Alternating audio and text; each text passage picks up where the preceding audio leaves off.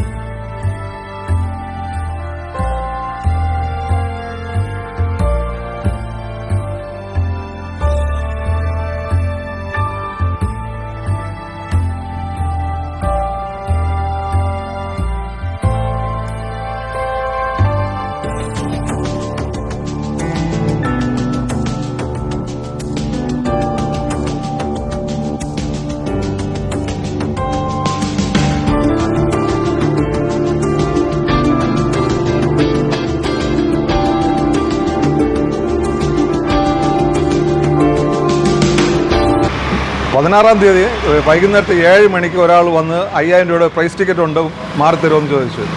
10 ticket എടുക്കാമെന്ന് പറഞ്ഞു. ഞാൻ ടിക്കറ്റ് വാങ്ങിച്ച് കമ്പ്യൂട്ടറിൽ സ്കാൻ ചെയ്തപ്പോൾ 5000 രൂപ വിന്നിങ് കാണിച്ചു.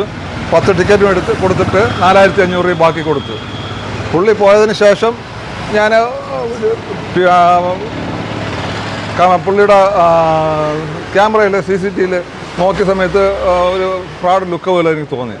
അപ്പോൾ ടിക്കറ്റ് ഞാൻ മോനെ വിളിച്ച് കാണിച്ച് ഇത് ഒന്ന് നോക്കണമെന്ന് പറഞ്ഞ് പുള്ളി രാവിലെ അത് ചെക്ക് ചെയ്ത സമയത്ത് കളർ ഫോട്ടോസ്റ്റാറ്റ് ടിക്കറ്റാണെന്ന് മോന് മനസ്സിലായി. അങ്ങനെ അന്ന് തന്നെ 11 മണിക്ക് മലയങ്കിഴ് പോലീസ് സ്റ്റേഷനിൽ പരാതി കൊടുത്തു.